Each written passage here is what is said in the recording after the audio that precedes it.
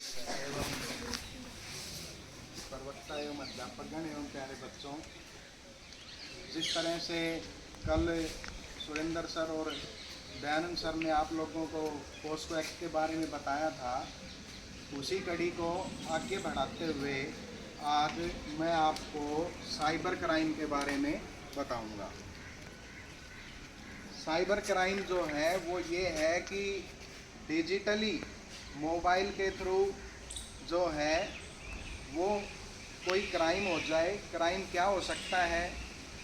Crime ये हो सकता है कि भाई आजकल आपको पता होगा कि काफ़ी लोग जो मोबाइल रखते हैं उन सभी के जो बैंक के अकाउंट हैं वो मोबाइल से जुड़े हुए हैं।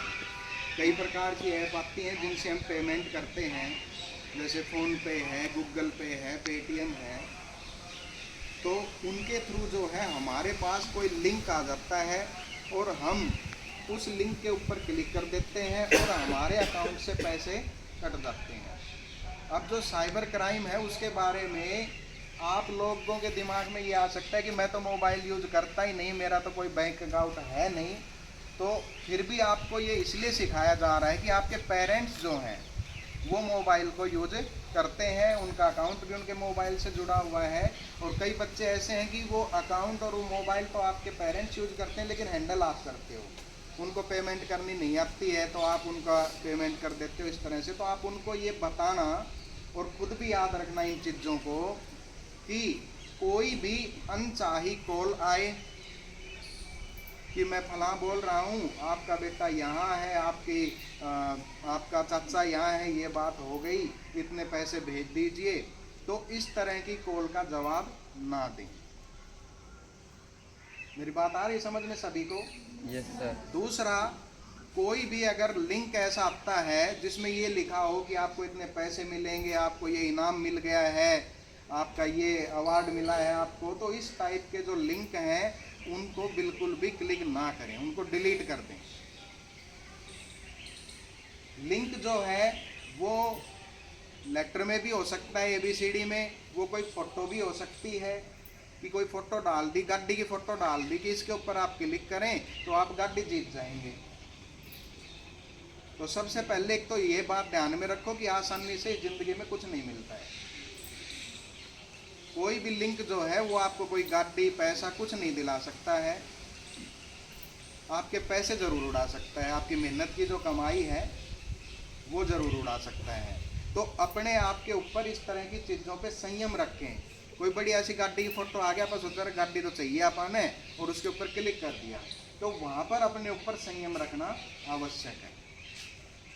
कुछ बातें इस तरह से भी होती हैं कि आपके पास कॉल आए और कहे हाँ जी पहचाने, फिर आप कहोगे कि नहीं हम तो जी नहीं पहचाने। फिर वो कहेंगे कि दिमाग लगाओ, तो भूल गए आप तो हमें। फिर हम क्या करते हैं कि अपना दिमाग लगा के किसी न किसी की आवाज़ पकड़ने का प्रयास करते हैं। जैसे फिर आप बोलो हाँ जी अनिल सर बोल रहे हैं, वो उसी में हाँ भर लेगा, आप जिसका नाम लोगे उसी में ही वो हाँ भर लेगा कि हाँ मैं ऐसे बोल रहा हूँ। तो वो ये कहेगा कि मैं यहाँ इस काम से आया था, मुझे 1000 रुपये की ज़रूरत है, 500 की ज़रूरत है, ये एक बार भेज दो मैं आपको दे दूँगा। और हम क्या करते हैं, हम ये सोचते हैं कि वास्तव में उसी व्यक्ति का नंबर है और वो हमारा खास है तो हम उसे पैसे भेज देते हैं, जबकि असलियत में होता क्या है, कोई फ्रॉड होता है। कल ही आई थी मेरे पास ऐसी कॉल। बिल्कुल। अच्छा, ये भी होता है कि आपके पेरेंट्स जो काम करते हैं, मान लीजिए किसी के पेरेंट्स हैं और उन्होंने कोई दुकान कर रखी है किराने की, तो उनके पास उसी से रिलेटेड फ़ोन आएगा कि आपका सामान जो हम भेज रहे हैं, चीनी है, चावल है, आप ये पैसे डाल दीजिए। अब अपन आपके पेरेंट्स हैं या आप क्या सोचोगे कि हाँ भाई हम तो ये काम करते हैं और ऐसी कॉल आ सकती है। उनको ये भी पता होता है कि आप किस तरह के जो है मतलब काम करते हैं, उसी से रिलेटेड वो कॉल कर देते हैं। तो यहाँ पर हमें ध्यान क्या रखना है कि एक तो अपने आप पर संयम रखना है और एक दिमाग में ये जरूर डालना है कि आसानी से कोई चीज़ नहीं मिलती है, हर चीज़ के लिए मेहनत करनी पड़ती है। तो इस तरह के कोई भी लिंक आए उसके ऊपर क्लिक ना करें। कुछ पहचान तो है इनकी, जैसे लिंक कोई आएगा तो उसके लास्ट में फुल स्टॉप डॉट जिसको हम बोलते हैं .apk ये वर्ड लिखा होगा। कोई भी लिंक आप देखते हैं उसके पीछे .apk हो, उसके ऊपर तो बिल्कुल भी क्लिक ना करें। समझ में आ रही बात? अपने पेरेंट्स को ये बताएं कि आज हमें स्कूल में ये बातें बताई गई थी, पापा आप इन बातों का ध्यान रखें। अगर कोई इस तरह से कॉल आए, वीडियो कॉल आए, तो भी आप उसका जवाब ना दें। आपको अगर डाउट हो कि भाई ये मेरे भाई के बारे में था, तो अपने भाई के पास पर्सनली फ़ोन करें और फिर पूछे भाई आप ठीक हो, तो वो सही जब बात हो जाएगी तो उससे हमें क्लियर हो जाता है। तो इसी तरह से फ्रॉड लोग जो हैं वो किसी न किसी आपके भाई बहन किसी का भी बहाना लेके और फिर उससे भी फ्रॉड करते हैं। तो इन चीज़ों के बारे में आप अपने पेरेंट्स को ज़रूर बताएं और ख़ुद भी हमेशा याद रखें और उनको स्पष्ट यही बात बोल लें कि फ्री में कुछ नहीं मिलता है या नहीं। कोई भी ऐसा लिंक फोटो आती है आपको ये मिल जाएगा, ये हो जाएगा, ऐसा कुछ भी नहीं है। उनको अच्छे से समझाएं ताकि आपके पैसे बच सकें। अब बात आती है ये कि मान लीजिए फिर भी फ्रॉड हो गया, आपके पैसे कट गए, ठीक है। अब करना क्या है कि हम उसमें शर्म कर जाते हैं कि कहने बताएंगा तो नहीं जानेंगे, ये तो पागल से देखें इतनी बार बताए तो फिर भी ध्यान ना रखो। तो उसमें हमें शर्म नहीं करनी है। उससे रिलेटेड आपको नंबर बता दिए जाएंगे।